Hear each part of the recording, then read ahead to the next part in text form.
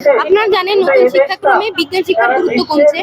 আপনি জানেন আমাদের দেশে পদ্মা সেতু, মেট্রো রেল, বড় বড় উন্নয়ন যেগুলো হচ্ছে সেগুলো হচ্ছে বিদেশি ইঞ্জিনিয়ার দিয়ে, বিদেশ থেকে আনা টেকনিশিয়ান দিয়ে।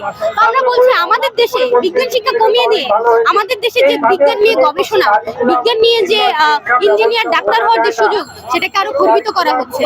আপনারা জানেন করোনার সময় অনেক মানুষই না খেতে পেয়ে খেতে পাচ্ছিলেন না, তাদের আয় কমে গিয়েছিল, তারা কিন্তু তাদের সন্তানকে স্কুল থেকে ছাড়িয়ে নিতে বাধ্য হয়েছে। সেরকম একটা সময় আমরা দেখলাম যে একটা ব্যয়বহুল একটা প্রজেক্ট, যে প্রজেক্টের মাধ্যমে আসলে শিক্ষার্থীদের যে ব্যয় সেটা অনেক বেশি বাড়বে, সেরকম একটা ব্যয়বহুল প্রজেক্ট কিন্তু তারা এই শিক্ষা খাতে আনলো। আপনারা জানেন তারা বলছে কারিগরি শিক্ষার একটা সংমিশ্রণ, নতুন কারিকুলাম। আমরা বলছি যে তারা চতুর্থ শিল্প বিপ্লবের নামে শিক্ষার যে ধারা, আপনারা জানেন আমাদের দেশে 4 ধারার শিক্ষা চলে: মাদ্রাসা শিক্ষা, বাংলা, ইংলিশ এবং পলিটেকনিক যে শিক্ষা। আমরা বলছি এই 4 ধারার শিক্ষা যখন আপনারা আলাদা আলাদা ধারাই রেখেছেন, তাহলে আবার সাধারণ ধারার মধ্যে কারিগরি ধারার মধ্যে ঢোকানোর কি দরকার? আপনারা বলছেন বেকারত্ব কমবে, এমন একটা ভান করছেন যেন উচ্চশিক্ষিত না হলেই বেকার কমে যাবে। উচ্চশিক্ষিত ছাড়া যে হাজার হাজার বেকার পড়ে আছে, তাদের কি চাকরি আমাদের দেশের সরকার নিশ্চিত করতে পেরেছে?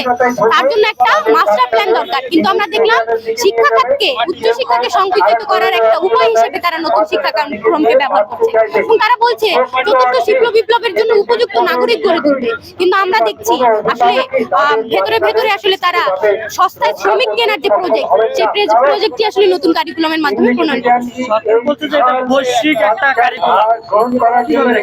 দেখেন তারা বলছে এটা ফিনল্যান্ড থেকে এনেছে, তারা বলছে এটা জাপানের শিক্ষাক্রম থেকে ইন্সপায়ার। আমরা বলছি আসলে এরকম কিছুই না। আপনারা সেখানকার শিক্ষা ব্যবস্থার সাথে আমাদের শিক্ষা ব্যবস্থাকে মিলাতে পারবেন না, কারণ আমাদের দেশের সমাজ বাস্তবতা কিন্তু জাপানের মতো বা ফিনল্যান্ডের মতো নয়। কারণ আমাদের দেশের শিক্ষার্থীদের অর্থসামাজিক অবস্থা ফিনল্যান্ডের শিক্ষার্থীদের মতো নয়। এবং ইভেন তো আমাদের দেশে আপনি জানেন যে শিক্ষা খাতে একটা দেশের জিডিপির 25% কিন্তু শিক্ষা খাতে বরাদ্দ দেওয়া দরকার, কিন্তু আমাদের দেশে বরাদ্দ অনেক বেশি কম, 1%, 1.5%-এর মতো। তাহলে আমরা বলছি এরকম একটা শিক্ষায় বরাদ্দ আপনার নাই, তার উপরে আপনি বলছেন আপনি ফিনল্যান্ডের মতো দেশের কারিকুলাম নিজের দেশে বাস্তবায়ন করবে, সেটা তো আসলে সম্ভব না। কারণ আপনি তো শিক্ষা খাতে ব্যয় করারই কোনো আপনার সদিচ্ছা নাই। সেখানে আপনি এরকম একটা ব্যয়বহুল প্রজেক্ট দিচ্ছেন, শিক্ষার্থীদের উপর আপনি ব্যয় বাড়িয়ে দিচ্ছেন যাতে করে তারা ধরে পড়ে। ফলে আমরা এটা বাতিলের দাবি করছি। আমরা বলছি এই শিক্ষাক্রম বাতিল না হলে নিম্ন মধ্যবিত্ত মানুষের যে শিক্ষার সুযোগ, সেটা অনেক বেশি সংকুচিত হবে এবং সার্বজনীন শিক্ষার অধিকার খর্বিত হবে।